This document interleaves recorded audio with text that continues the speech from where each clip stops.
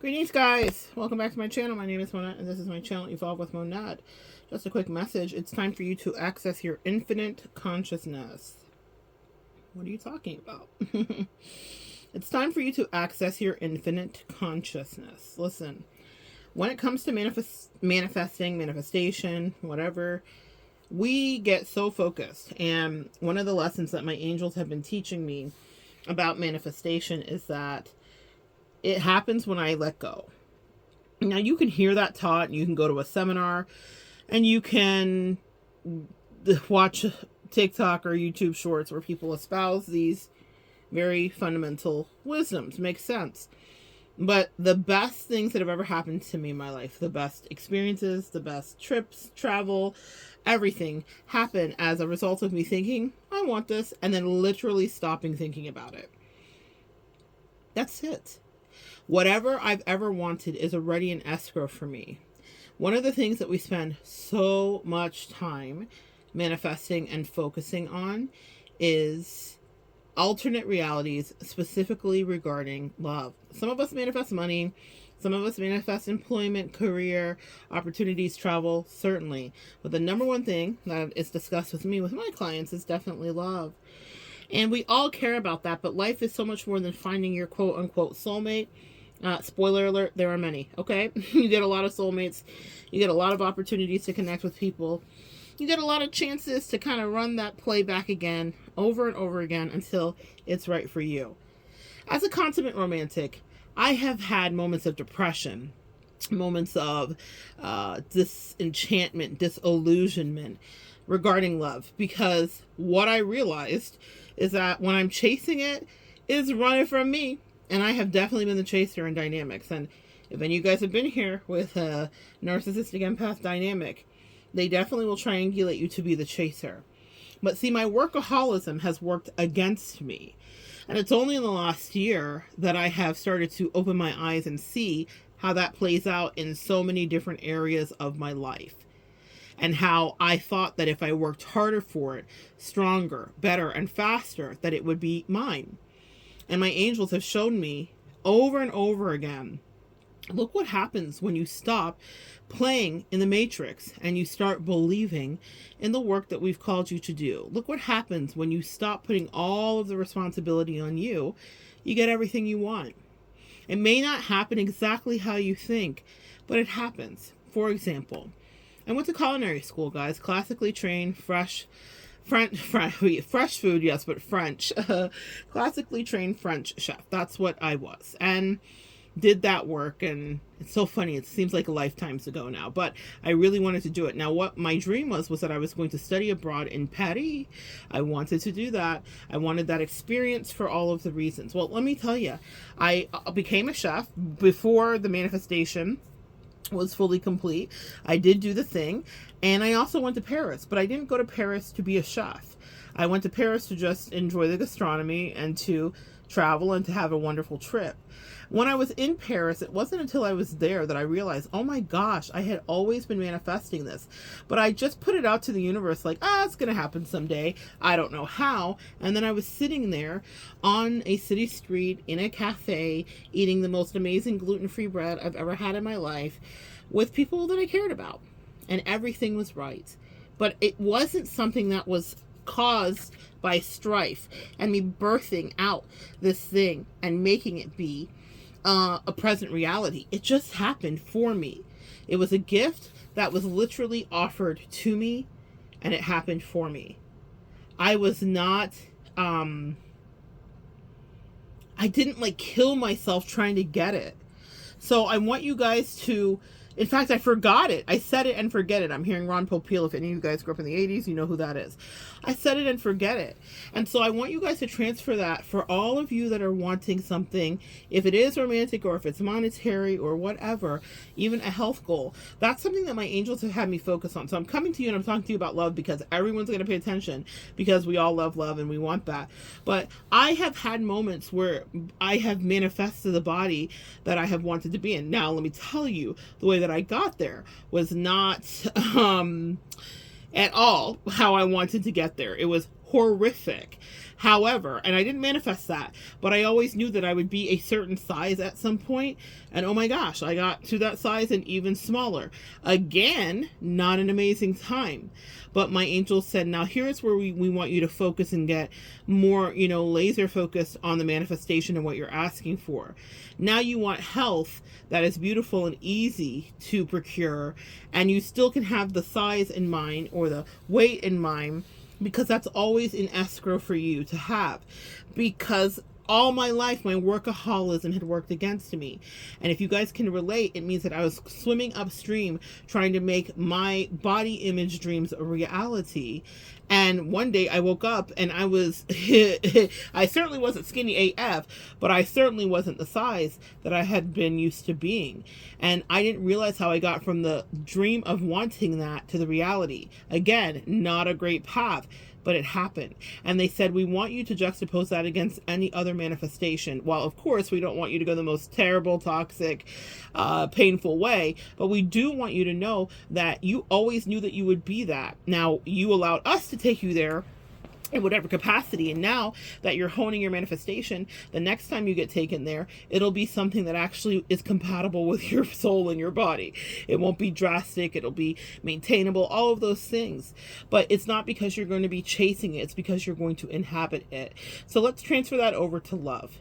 I too, guys, have been guilty of wanting something so much and then realizing not only release the outcome, release the vessel, release the kraken, release all of that ish. Release it.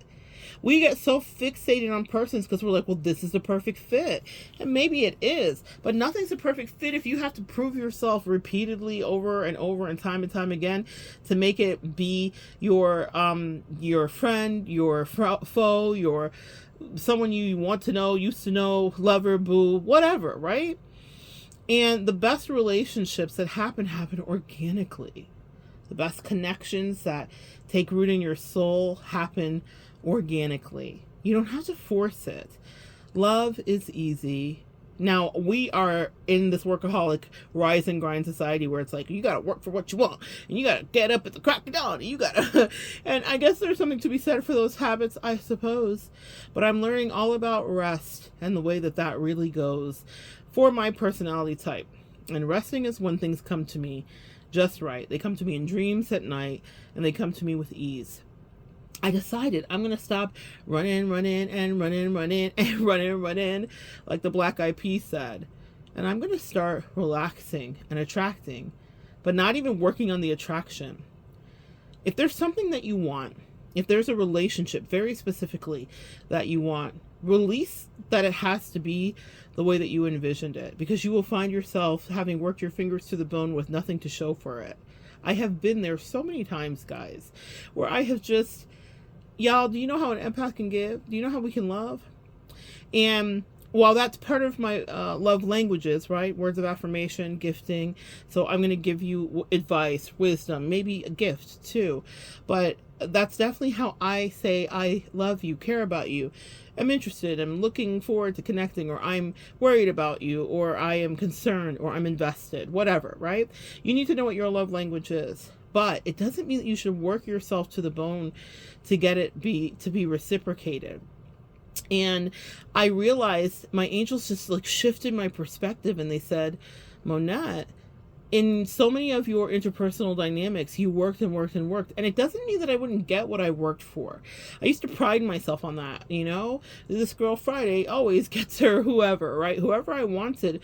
I used to joke, it was like a don't let the big size fool you, right? I was unsuspecting because I was very capable of having whoever. That was not an issue. I didn't relate to other peers that were, let's say, plus size, that would talk about like how dating was difficult. That was not my experience, but it doesn't mean that I didn't overwork myself for things that I shouldn't have, for things that didn't deserve that level of investment or whatever. And it wasn't just out of low self-esteem, that's out of my workaholism. Whether I'm skinny as a bean or absolutely fluffy and juicy and plus size, I'm a worker, I will push out a lot of things energetically, and my angels are recalibrating the whole way that I experience my life and how I exert my energy. And they said, stop it. And they said, tell the collective to stop too, whether they're the exact same personality or archetype as you. If they can stop dreaming and focusing on one person, guess what will happen? And just enjoy life. Guess what will happen? Everything will go right. And you say, well, Monette, will it go right with the person that I'm manifesting? And that's my point. It is probably best for you to release that it could ever go right with that person. I know that's like, what? Yeah, because all of that energy you're putting into will or won't they, or should we or shouldn't we, or I don't know. They just cracked my brain open. It was such a revelation that I've had in the last few months where I was like, why do I work so hard for people, for things, when everything I've ever really wanted, like the deep or real desires of my heart, I'm not just talking about relationships, like I'm talking about travel and all of that, always happened for me, even inhabiting a body size that I wanted to be and finding myself there with doing literally no work. Okay. I was like, the weight fell off of me and I was like, how did this happen when I have been on every diet known to man and killed myself and weighed myself and walked and ran and everything that I could do. And then all of a sudden I'm just here and it was effortless. They said, because it was always in store for you. Why would we deny you anything you want? And so that's the pivot that I've made for love for you, for the collective. Why would they deny you anything you want?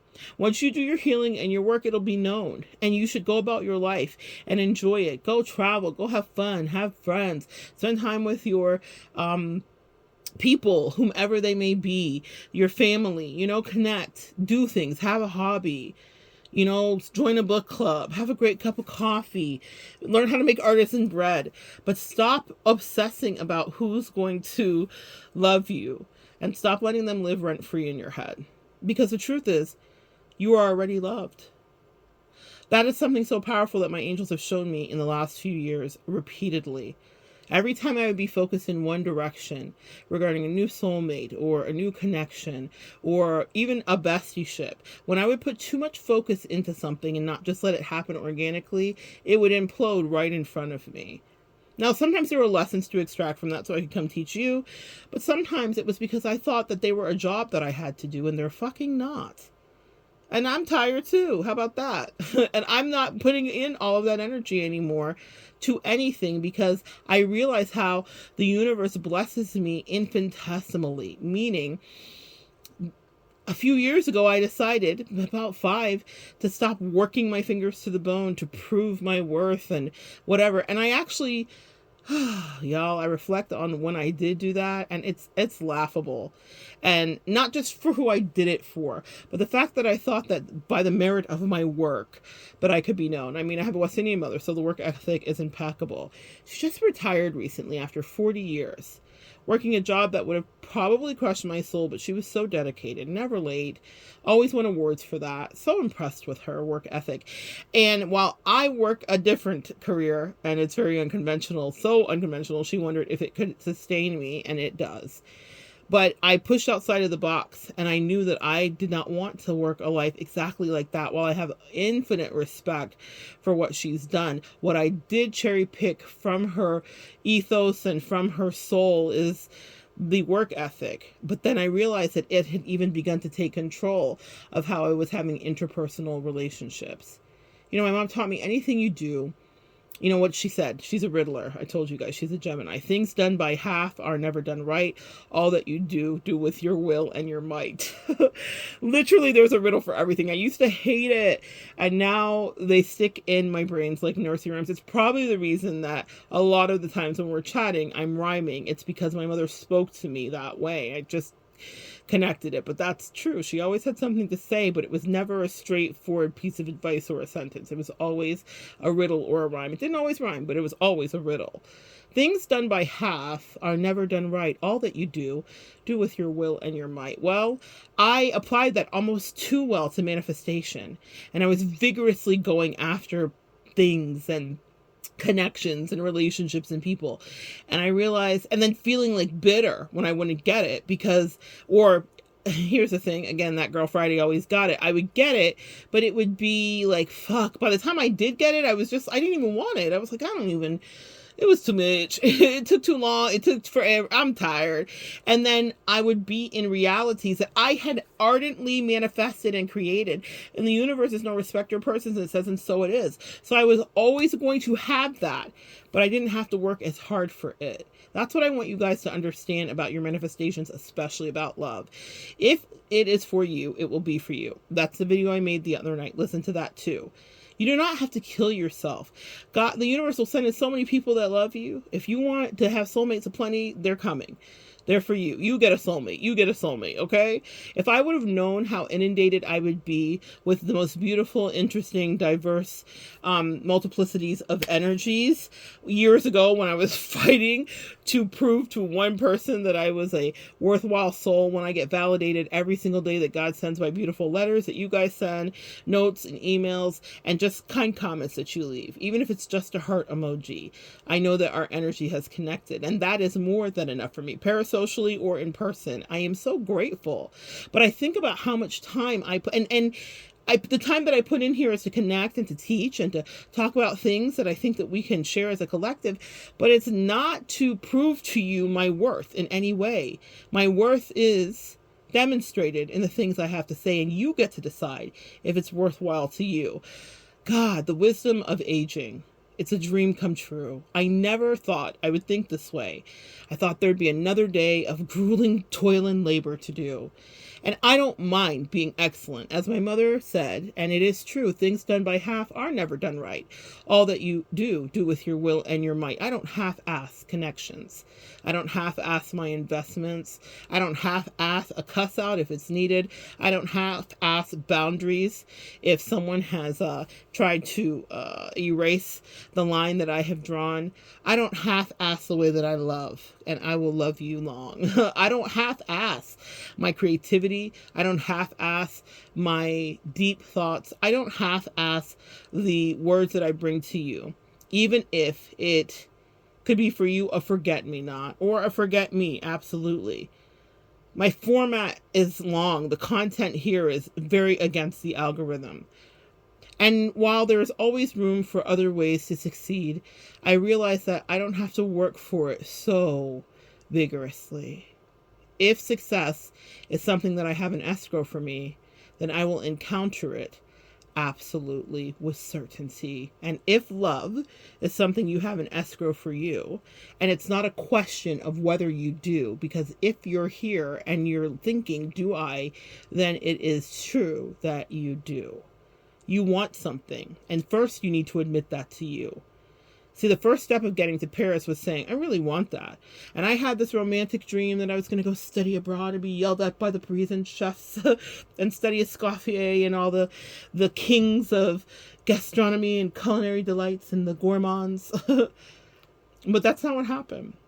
I took a beautiful flight with my bestie, and we walked around the city, and it was hot AF, and it was gorgeous, and it was memorable, and it was breathtaking. We skipped through on the metro down to this beautiful restaurant tucked away in a place I couldn't get back to if you paid me. And it had the most amazing mussels and seafood. Everything was a dream. Parisian music playing, a beautiful family next to us with kids that were eating adventurously, octopus and tartare. It was something to write about. Anthony Bourdain, who inspired me, would have been proud. Later that night, we went into the city to see Moulin Rouge because when in Rome, right? If you were in Paris, you should go down to the district of the red lights. And there was always something fun to see. But it wasn't me studying culinary in Paris. But Paris was part of my destiny. And so I got to stand there and I got to have that experience so completely. And I didn't work my ass off for it. In fact, it almost felt gifted to me. And while I paid for it, it still felt gifted to me. I want you to pivot when it comes to love. It should feel gifted to you. It shouldn't be something that you're in toil and labor for. Let the angels do the work that you would normally do. And they tap me on my wrist and they scold me ever so gently, ever so lovingly. And they say, this relaxation is what we've always been trying to get you to see. The things that you want are wanting you, and they will come to you more magnetically when you're not in toil and labor pushing them away, in desperation trying to prove why you deserve to have the thing that was always there just for you. Someone's holding out a gift for you. And if that gift is love, then it's going to come true. No matter who or how or where. And that's where ego comes in and can cause a lot of despair, because we can get very attached to an outcome.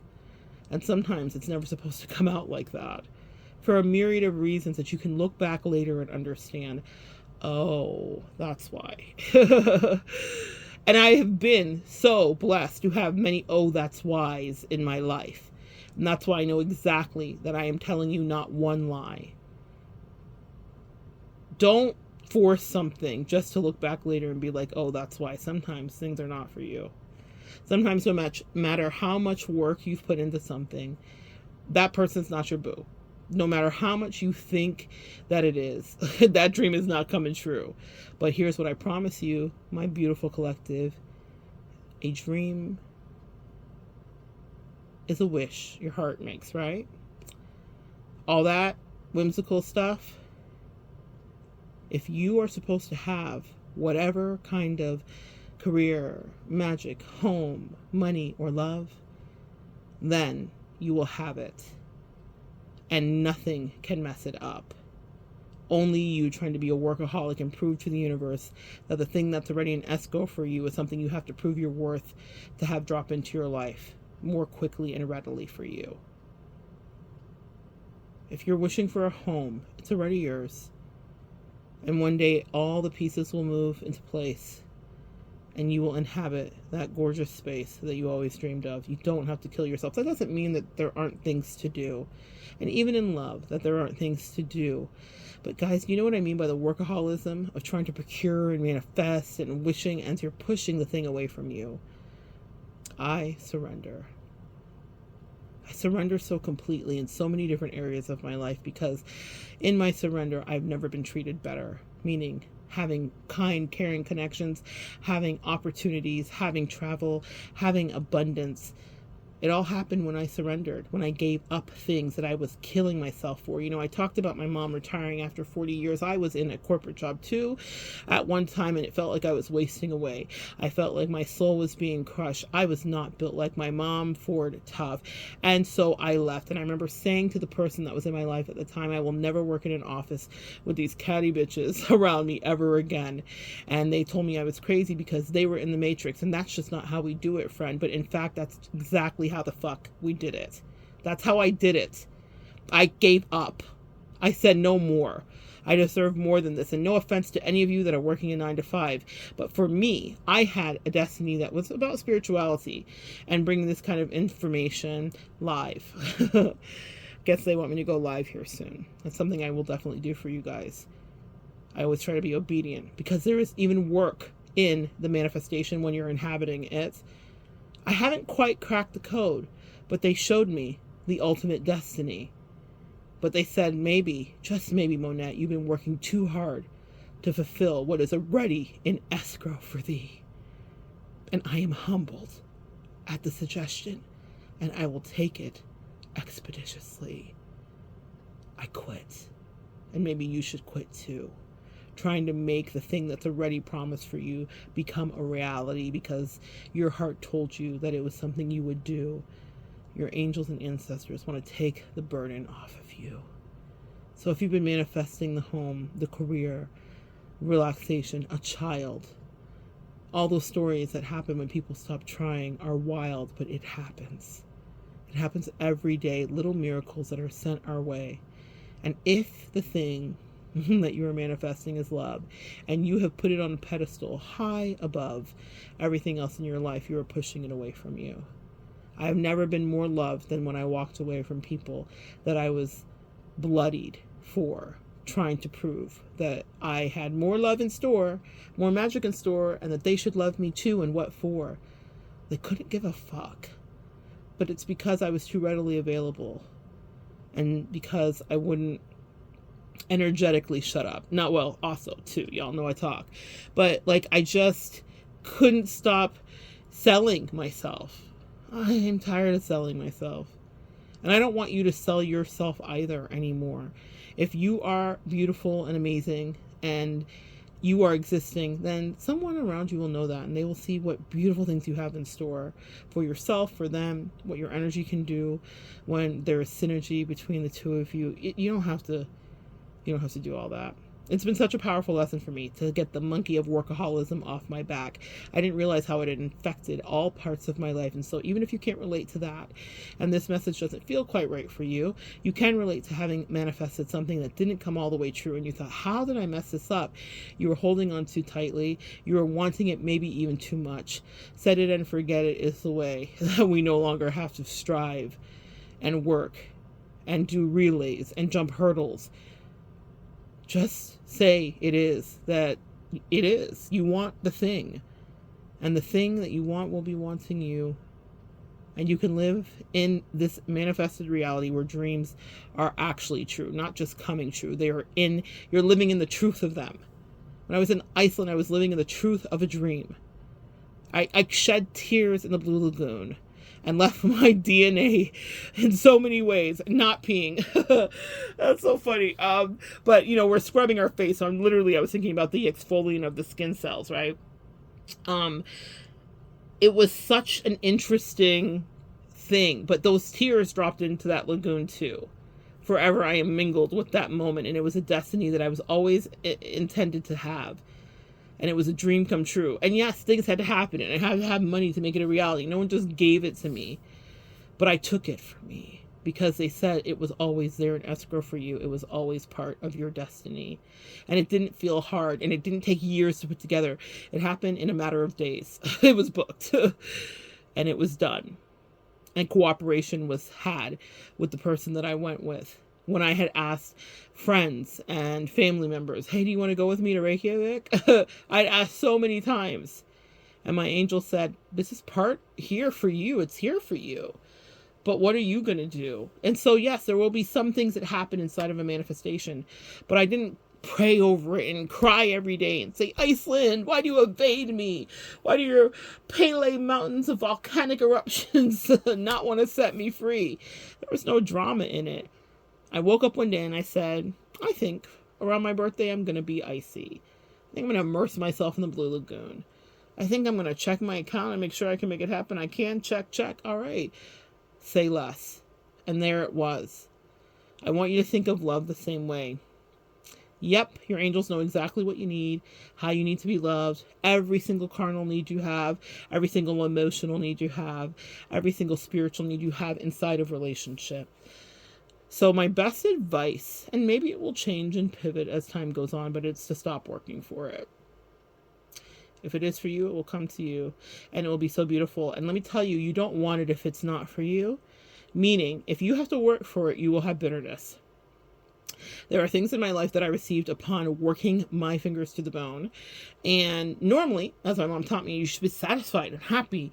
You've grown, you've evolved through this situation. Like my mom did find value in working yourself to death. But my mom felt bitterness when she retired from her job because they didn't treat her well after that time.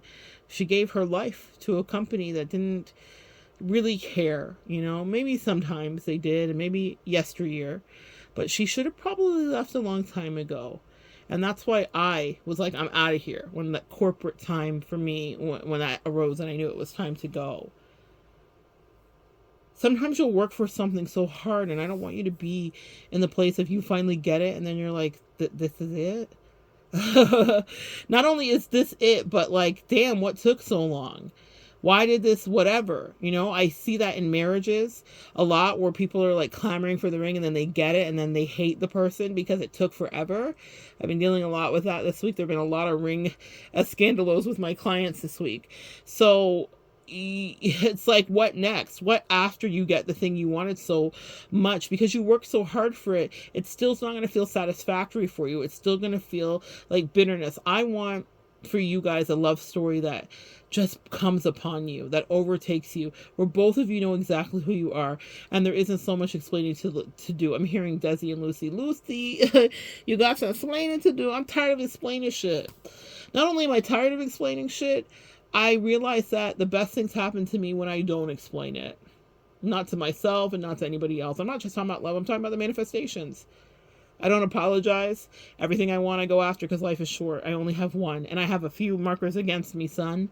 Meaning I have health issues. So I'm like, how long am I going to be here negotiating with anybody to have them do something I want to do? I'm not doing it. I'm not. Y'all. If you're 20 something, listen to me. Take care of yourself. Be healthy. But I'm going to tell you something. It's awesome being in your 40s. And I imagine even better in your 50s and even better in your 60s. And my God, the no fucks given in your 70s and your 80s. I aspire to that kind of no fuck. Anyway, guys, that's your message for today. Release all of the investment of the work that you have to put in and that you have to pay with your blood and sweat. You don't. You get everything you want to get. It will come to you. It'll be thrown at you. The best soulmates assignments, the best connections, the best opportunities, the best house in the right timing. And that's the kind of manifestation I want to live in, where I just look up and I'm like, oh my God, this again? I got another thing? I got another thing I wanted? And incubate it. Don't flaunt it when it happens. It doesn't mean you don't share it with people that are close to you that you can trust, but people get very frustrated when they see you manifesting something. Evil eye is real insidious. People don't even realize they're doing it, but people do get jealous. I don't know why I needed to say that. Incubate, incubate, incubate. That is really the secret to manifestation. Shut the fuck up. That part, okay? Anyway, so good sharing energy with you guys. Come back and join me next time and we'll continue to shut up and evolve. And relax into the welcoming in of the thing already in escrow for you. All of that together.